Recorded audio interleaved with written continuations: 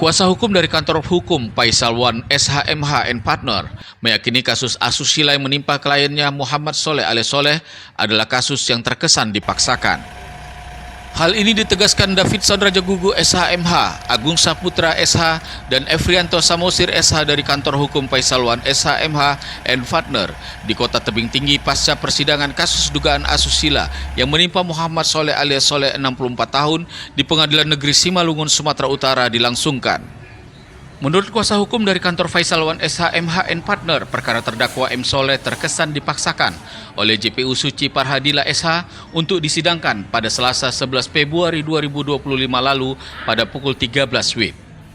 Berdasarkan bukti-bukti yang terungkap di persidangan bahwa satu orang saksi pun tidak ada yang melihat tentang perbuatan dugaan asusila yang dituduhkan terhadap terdakwa. Kesemuanya saksi menerangkan tidak mengetahui terjadinya perbuatan asusila terhadap anak inisial YS, dan para saksi yang dihadirkan oleh JPU menerangkan mereka mengetahui kasus tersebut melalui cerita dari cerita. Kemudian penasihat hukum menguraikan tentang visum et repertum yang dijadikan JPU salah satu alat bukti tidak mempunyai nilai pembuktian. Hal tersebut dikarenakan hasil visum et repertum yang dikeluarkan oleh Rumah Sakit Umum Daerah Tuhan Rondaheim tidak berkesesuaian dengan perbuatan yang didakwakan oleh JPU. Di mana JPU dalam dakwaan menyatakan perbuatan terdakwa dilakukan pada tanggal 24 Mei 2024, sementara visum tersebut dibuat pada tanggal 19 September 2024, sehingga terdapat rentang waktu 4 bulan antara perbuatan dan bukti visum. Kemudian hasil visum tidak mendapatkan adanya luka robek pada selaput darah korban YS, melainkan hanya ada kemerahan pada luar sebelah kiri saja.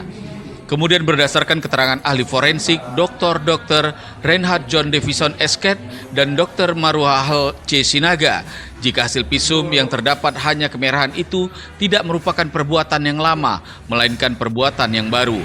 Hal tersebut dikarenakan kemerahan itu bisa hilang 3 hari dan paling lama 14 hari.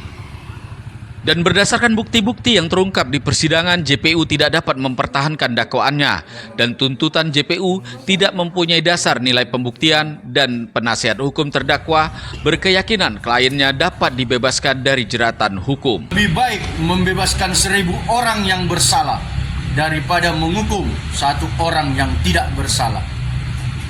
Karena itu, kami selaku tim penasihat hukum dari MS merasa optimis bahwa Pengadilan Negeri Simalungun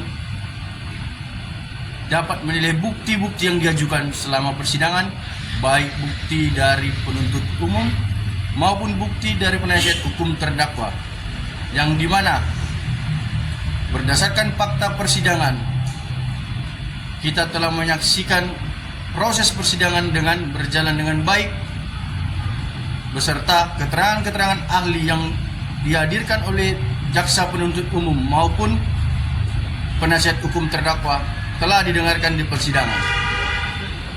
Dan kami berharap Pengadilan Negeri Simalungun sebagai benteng terakhir dalam penegakan hukum, ada sebuah adagium dalam menerapkan prinsip kehati-hatian dalam penegakan hukum yang dikenal sebagai in dubio pro reo, yakni lebih baik membebaskan 1000 orang yang bersalah daripada menghukum.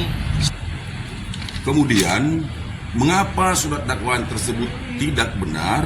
Karena di depan persidangan telah terungkap ketidaksesuaiannya antara keterangan saksi korban dengan bukti surat visum et repertum, sehingga kami menganggap JPU tidak dapat membuktikan dakwaannya.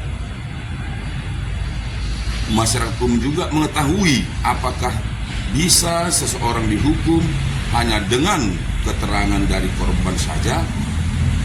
Jawabnya tentu tidak.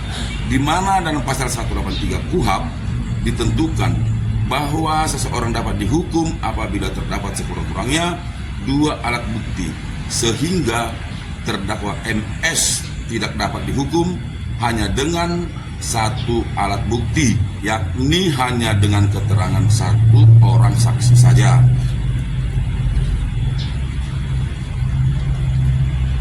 Dan kemudian menurut kami sebenarnya perkara ini tidak perlu sampai ke pengadilan, di mana JPU yang dalam hal ini selaku jaksa peneliti seharusnya lebih teliti dalam memeriksa berkas perkara, dan apabila jaksa penuntut umum masih ragu terhadap pembuktian perkara tersebut, JPU dapat memerintahkan penyidik untuk mencari alat bukti lainnya dalam kurung P19, sehingga JPU tidak mengalami kesulitan dalam pembuktian di persidangan. Sedikit saya menambahkan terkait tuntutan yang dituntut jaksa selama 7 tahun. Jadi terdakwa MS ini dituntut berdasarkan undang-undang tindak pidana tentang perlindungan anak di dalam surat tuntutannya. Nah, jadi dalam tindak pidana perlindungan anak itu kita mengenal istilah 2 alat bukti yang sah.